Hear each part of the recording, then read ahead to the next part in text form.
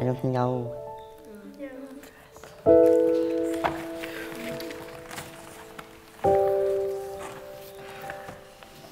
Nasionalisme dan patriotisme membutuhkan bangsa Indonesia untuk menjaga kelangsungan hidup dan kejayaan bangsa serta negara.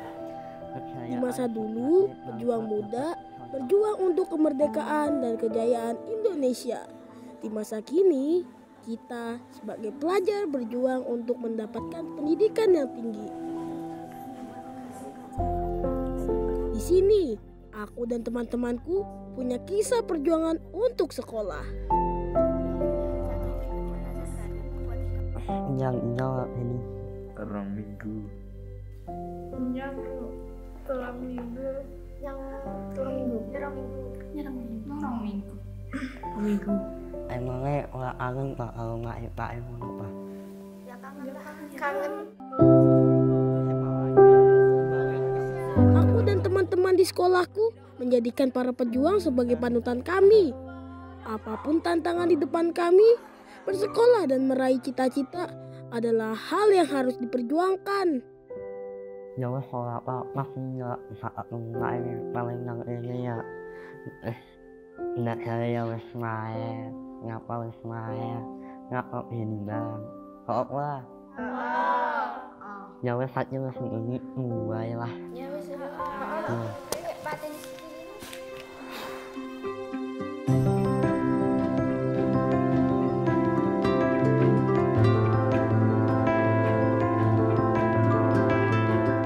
Menuntut ilmu di daerah terpencil sebuah tantangan untuk kami. Niat dan fisik harus selalu kami jaga agar tidak ada langkah yang berhenti di tengah jalan. Walaupun kalian sekolah di SMP Negeri 4 Bawang yang jalannya sulit, kemudian belum ada listrik, kalian harus tetap semangat ini ya. Kalian harus belajar yang rajin untuk menggapai cita-cita setinggi langit.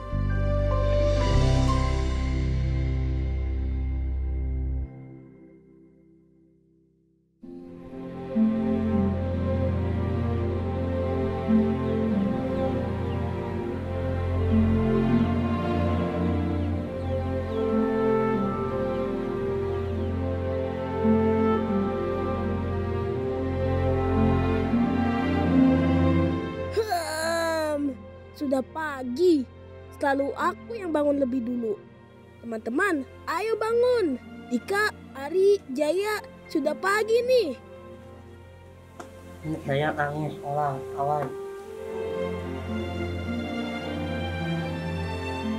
Angin awan sekolah.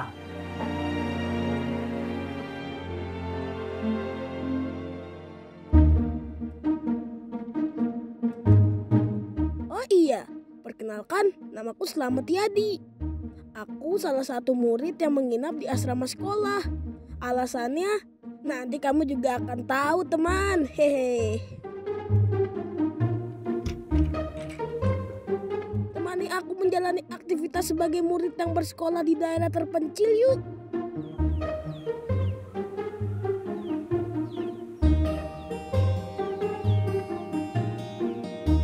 Ini sekolahku, satu-satunya sekolah tingkat menengah pertama yang berada di Kecamatan Bawang, Kabupaten Batang, Jawa Tengah.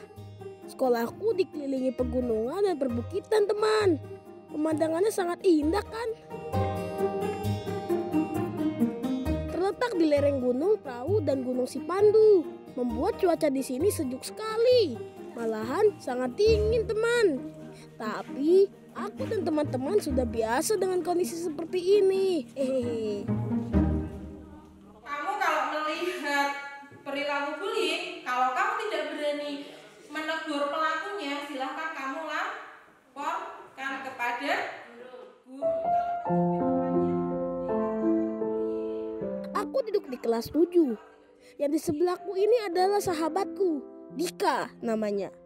Kami sering sekali bersama di kelas, di asrama, maupun jika kami nanti pulang ke rumah. Ini Bu Ani, dia guru BK di sekolah kami. Kami sedang tidak belajar mata pelajaran formal, teman. Bu Ani sedang menjelaskan apa itu bullying atau perundungan. Sekolahku terpilih menjadi agen perubahan untuk membantu pencegahan perundungan dan kekerasan berbasis sekolah. Semoga aku dan teman-teman bisa menyebarkan dan menanamkan nilai-nilai kebaikan dan anti kekerasan di sekolah. Yang ada di kelas ini adalah gabungan murid dari kelas 7 sampai kelas 9, teman. Memang tidak banyak, tapi beginilah keadaan pendidikan di desa terpencil. Di SMP Negeri 4 Bawang ini ada 59 anak yang terdaftar sebagai murid. Tapi sekitar 29 murid saja yang bisa datang untuk belajar di sekolah. Bukan karena malas, kondisi jalan menuju sekolahku yang ekstrim menjadi alasan utama. Banyak teman-temanku tidak datang ke sekolah. Banyak juga orang tua yang khawatir jika anaknya harus berjalan jauh ke sekolah. Sekolahku ini berada di ketinggian 2440 mdpl. MDPL adalah singkatan dari meter di atas permukaan laut. Istilah yang digunakan untuk menjelaskan ketinggian tempat dari permukaan laut. Kira-kira sekolahku berada di 18 kali tingginya Monas, teman. Karena cukup tinggi. Cuaca di sini sangat dingin. Bahkan sering sekali kabut turun. Kami jarang sekali menikmati hangatnya sinar matahari.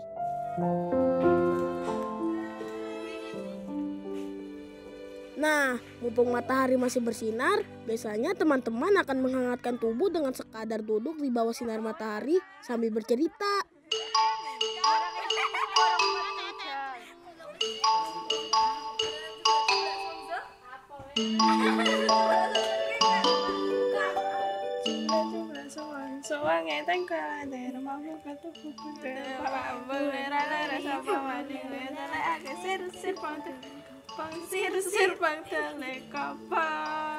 Bermain bersama teman menjadi satu-satunya kegiatan yang bisa kami lakukan jika sedang jam istirahat.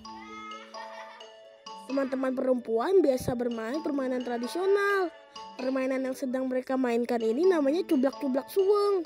Main sambil menyanyikan lagu pengiringnya, bermainnya cukup mudah. Yang jaga harus menebak di mana benda itu disembunyikan. Permainan ini cukup populer di wilayah Jawa Tengah dan Jawa Timur. Apakah teman-teman masih mengenal permainan ini?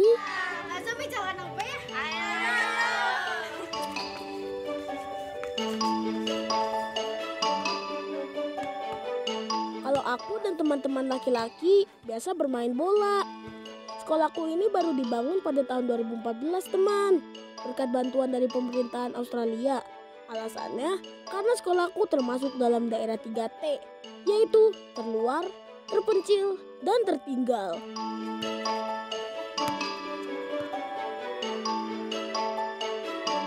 Yang mengajar di sekolahku bukan cuma bapak ibu guru, tapi ada kakak-kakak dari universitas di Jawa Tengah yang juga mengajari kami. Kakak ini sedang menjalankan program kampus mengajar, karena sekolahku di daerah 3T. Jadi kakak-kakak ini fokus untuk meningkatkan literasi, numerasi, dan membantu administrasi sekolah. Mereka juga menginap di asrama, sama denganku dan teman-teman yang lain. Yeay, sekolahku jadi ramai deh.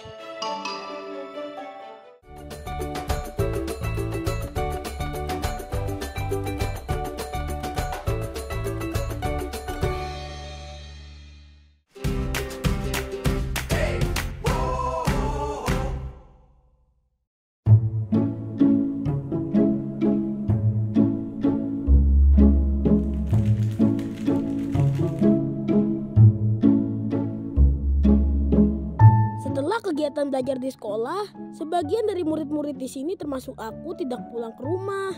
Kami beristirahat di asrama. Yap, sekolahku ada asramanya loh, teman. Awalnya karena kondisi jalan dan cuaca yang ekstrim, asrama ini dibangun untuk tempat beristirahat aku dan teman-teman. Tapi sekarang tidak hanya untuk istirahat saja. Kami yang menginap mendapat pendidikan agama tambahan setara dengan pesantren.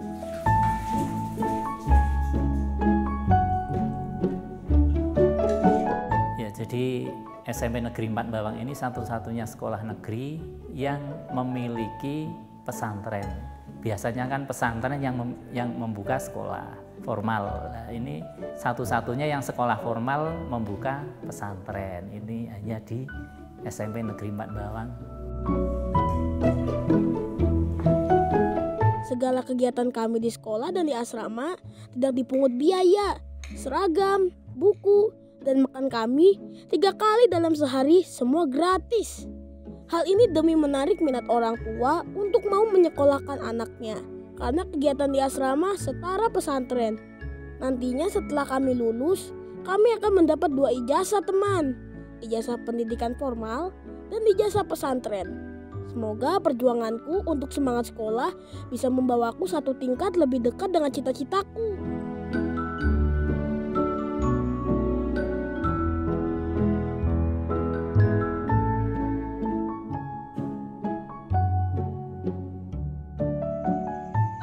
Sudah malam, baiknya kita tidur yuk teman-teman agar besok bisa memulai hari dengan energi baru.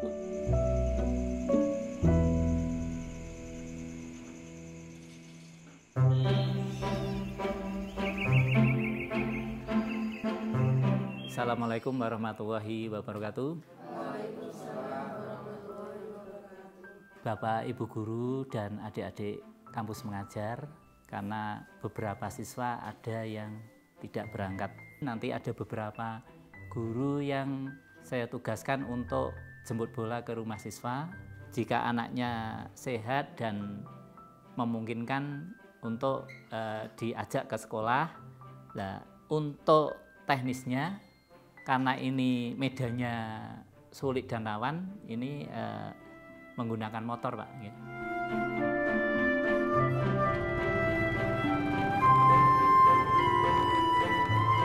Sekolahku sebenarnya tidak begitu jauh dari dusun tempat teman-temanku tinggal. Jaraknya hanya sekitar 1-2 km saja dari dusun ke sekolah. Sekolahku berada di tengah-tengah 4 dusun. Dusun Sigemplong, Rejosari, Kranten, dan Bintoro Mulyo. Walau hanya berjarak 1-2 km, tapi untuk menuju sekolah, teman-temanku harus memutar jauh sekali.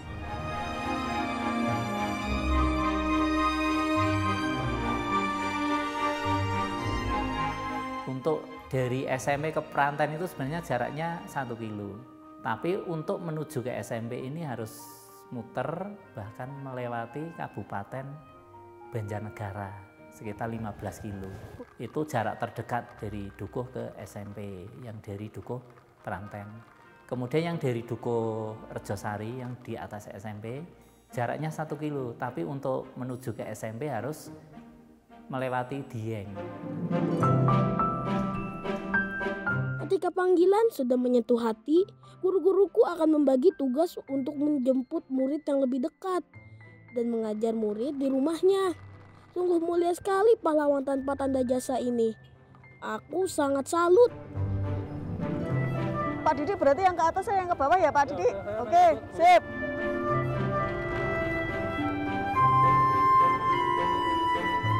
Berawal karena pandemi, ketika tidak ada murid yang bisa berangkat ke sekolah dan juga tidak adanya akses internet untuk sekolah daring, guru-guruku ini mendatangi satu persatu muridnya untuk memberikan pelajaran dan tugas sekolah. Walau belum cukup baik, tapi jalanan yang belum lama ada ini setidaknya sudah bisa dilalui sepeda motor. Kalau dulu, bapak dan ibu guru harus berjalan kaki berkilo-kilometer jauhnya, melewati perkebunan, sungai, dan jalan ekstrim pastinya, demi mencerdaskan murid-murid di desa terpencil ini. Masyarakat di sini kebanyakan adalah petani sayur, teman. Dan alasan lain kenapa teman-temanku tidak datang ke sekolah adalah karena membantu orang tua mereka berkebun. Nafis, permisi Ibu, maaf. Aduh, kamu lagi ngapain? Nanam, aduh kotor nih. Kamu kan udah 3 hari nih nggak sekolah nih, harusnya kan kamu sekolah, makanya Bapak Guru nyamperin kamu ke sini nyari kamu. Mohon maaf Ibu, nanti minta waktunya sebentar ke rumah Bu ya. Saya pengen ngobrol sama Ibu terkait Nafis, sekolahnya Nafis bagaimana gitu Bu. Iya Pak, mau ngobrol-ngobrol di rumah Pak? Iya Bu. Ibu nggak ada yang yang bantuin di sawah, Bu? Nggak ada Pak, itu saya yang nyuruh bantuin saya Pak. Oh gitu. Ini kan masalahnya Nafis masih usia sekolah Ibu ya. Mohon maaf ini dari sekolah memberi pengertian Bu ya. Iya Pak. Bahwa seusia Nafis ini kan masih wajib belajar 9 tahun Ibu. Makanya dalam kedepannya saya minta Ibu kalau mau Nafis bantuin di sawah sore mungkin Ibu ya, atau kalau pas libur, karena sayang Bu masih usia sekolah. Kalau tidak sekolah nanti kan kedepannya terancam tidak naik juga Ibu. Maafin saya Pak, Ya nggak saya apa-apa. belum tahu. Ya nggak apa-apa Ibu, karena wajib belajar 9 tahun Ibu ya. Bisa dibilang kesadaran masyarakat di sini tentang pendidikan belum terlalu tinggi. Anak-anak yang sudah lulus sekolah dasar hanya mengejar paket kesetaraan. Lalu banyak yang memutuskan menjadi petani atau sekadar ojek sayuran. Bekerja sebagai petani memang tidak buruk, tapi kita harus menjadi petani yang cerdas dengan menuntaskan sekolah ya teman. Karena jarak rumah temanku yang tidak jauh dari sekolah, Pak Didi mengantar mereka untuk belajar di sekolah. Jalan sendiri saja sudah susah, apalagi ini harus membonceng kedua temanku. Di jalan yang terjal, terkadang mereka harus turun agar tidak jatuh. Hati-hati ya Pak.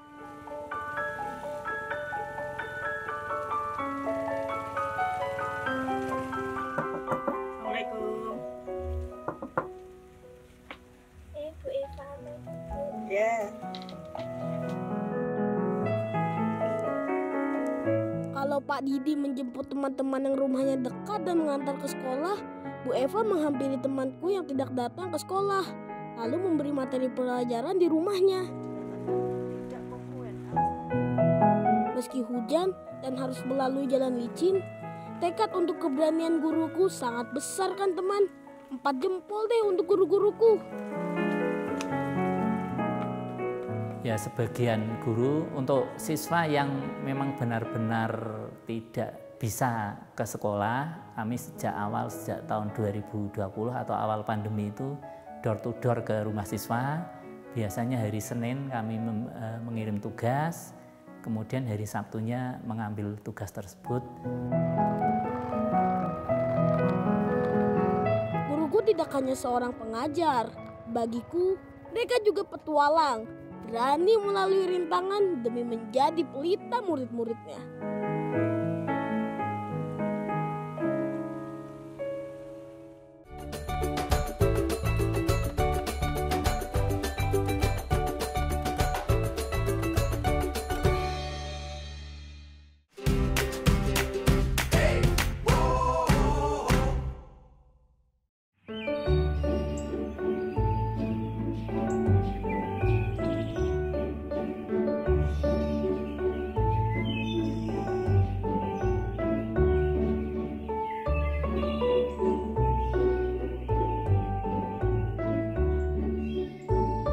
Pak, jadi Pak. Apaan? Hadisnya Pak. No, nggak jadi. Sudah 2 minggu aku tidak pulang ke rumah teman. Aku sudah kangen ibu dan adik-adikku. Hari ini aku akan pulang. Biasa aku akan pulang bareng dengan Dika.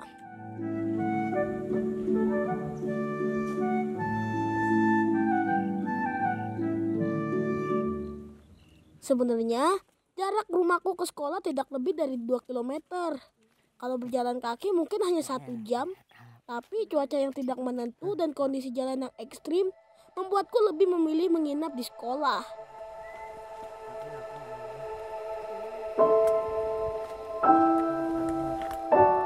Rumahku dan rumah Dika tidak begitu jauh. Jadi kami sering janjian untuk pulang ke rumah. Aku biasa pulang 2 minggu sekali, setiap hari Sabtu.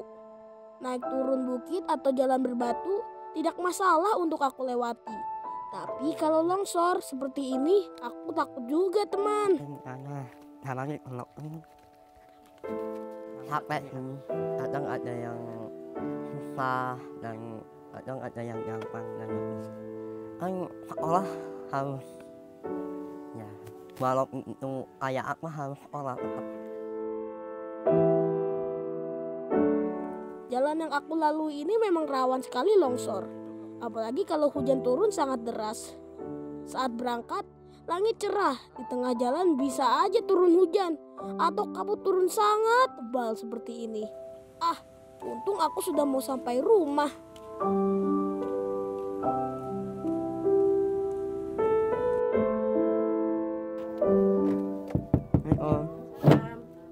Bang Soleh, udah ya istirahat di rumah. Kaya kelayepan ning sekolah, belajar ning sekolah yo sing pinter, kambi Pak Ustadz yo sing bekti. Aja nakal ning kono. Deng manut karo mae. Wong anak wong ora duwe kudu sing patuh. Ibu, aku kan baru sampai. Sudah kasih pelajaran panjang kali lebar. Memang tidak kangen sama aku. Hehehe. Ibuku memang cerewet teman, tapi aku sayang sekali sama ibu. Inilah istanaku teman, tempat aku, ibu dan adik-adikku tinggal.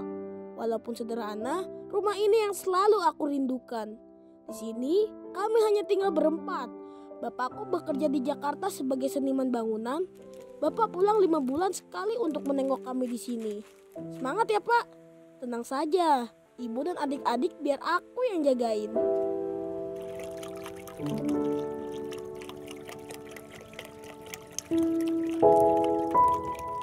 Kalau sedang di rumah, sudah pasti aku membantu pekerjaan ibu di rumah. Menjaga adik, merapikan rumah, mencuci baju, dan mencuci piring. Aku senang bisa membantu ibu. Aku kasihan kalau ibu melakukan pekerjaan ini sendiri. Sedangkan ibu juga harus ke kebun untuk bertani. Ibu kerjanya sebagai penjual kulit sayur. Kadang-kadang kan aku nggak tega lihatnya gitu. Nanti kalau kehujanan, setelah itu sakit.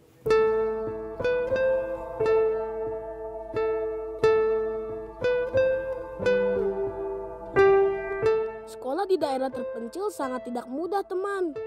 Tapi dengan adanya sekolah, teman-teman dan juga bapak ibu guru yang juga berjuang mencerdaskan kami membuatku pantang menyerah. Kami berjuang bersama. Aku yakin setiap pelajar, apalagi yang berada di daerah terpencil, pasti punya cerita dan perjuangannya sendiri untuk bisa bersekolah. Aku Slamet Yadi, murid dari sekolah terpencil, akan mengejar cita-citaku setinggi langit.